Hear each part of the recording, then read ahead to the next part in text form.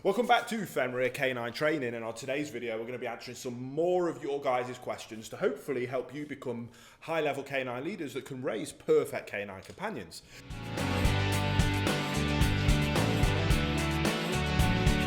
Now, if we are just meeting, my name's Will, I'm a canine behaviourist and I'm the founder and CEO here at FenrirCanineLeaders.com.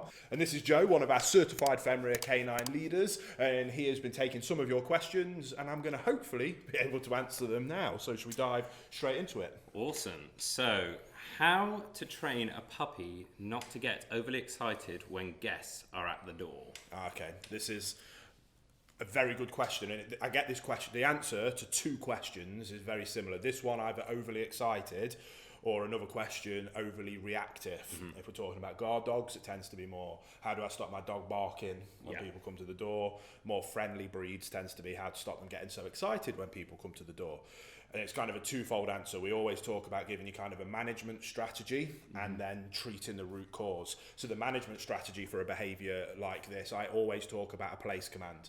So you can use anything, a bed. I really like a raised bed. When somebody comes to the door, you send them off to their place command, sit, stay. Then you go and open the door and the dog has to stay in that command until you let them break. If they break and start acting obnoxiously, we try again, they get sent back and they have to sit and wait there. Calm, good manners. Now that's kind of the management strategy that you can utilize. But in terms of treating the root cause, we have now puppies are always going to be excited, but we need to have that overarching theme of always promoting calm, quiet, good-mannered behaviour, whether that's just with you in the home or whether that's when guests come into the home. So always going out of our way to find times where the dog is being calm and quiet and not ignoring that, which is very easy to do, but actually actively reinforcing that and letting them know that actually this behaviour that you're demonstrating, this is what I want from you.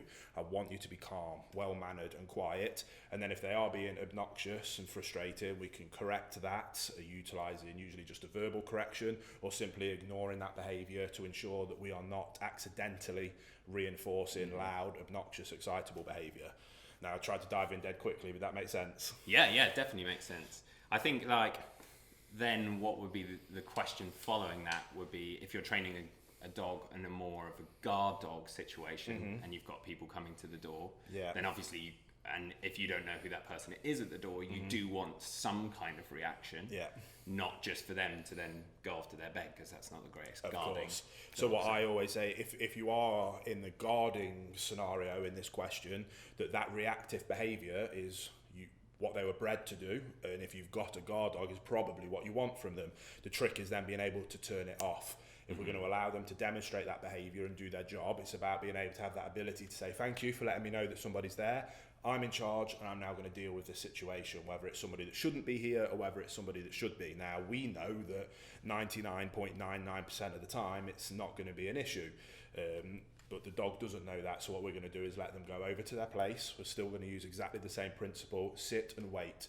Now, I will either greet this person and I will welcome them into our home. Therefore, as this is my home and I'm the leader in this scenario, you need to then accept that I have made that decision. Or if this goes tits up, you are there waiting to kick in if need be. Now, again, like I say, we know that will almost never be the case. Hopefully, touch wood, no one will ever have to go through that. But in the dog's guarding instincts, that's how we kind of manage that and control it.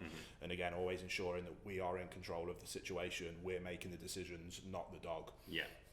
So do you think it's a positive thing to have your dog bark when someone knocks on the door? Or do you think that's more of a frustration thing? I think that's personal preference.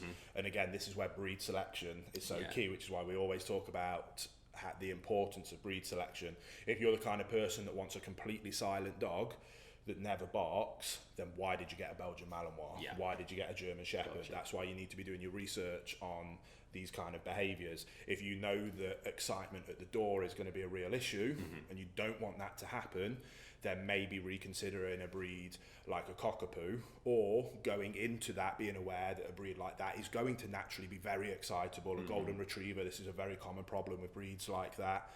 You don't necessarily ever see very much like aggressive or reactive type problems with golden retrievers, but overexcitement can cause issues, especially if it's old people that you're welcoming in and then knock them over.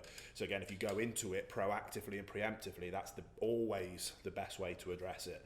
And then obviously, if you're in a situation where you're not in that position to be proactive and this has already happened, so now we have to be reactive, I still think the best way to manage it is a good place command. And if you're watching this from more of a proactive, like, I'm getting a dog soon, I want to make sure that this isn't the case, still teach a place command. This doesn't necessarily have to be something that you wait until it's going wrong.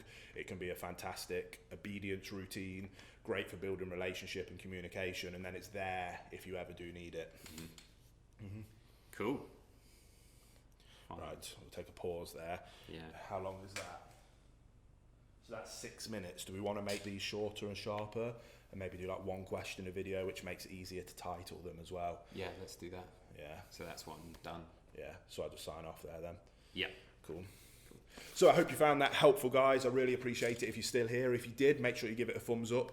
For moving forward with these Q&A series, we're going to ask down in the comment section. Yeah, so if you Instagram. let us know down in the comments, and then we'll take a look through and find your questions there. Perfect, awesome. So get involved down in the comment section. We'll have a chat down there, and we'll see you on the next episode of the Fenrir Canine Training.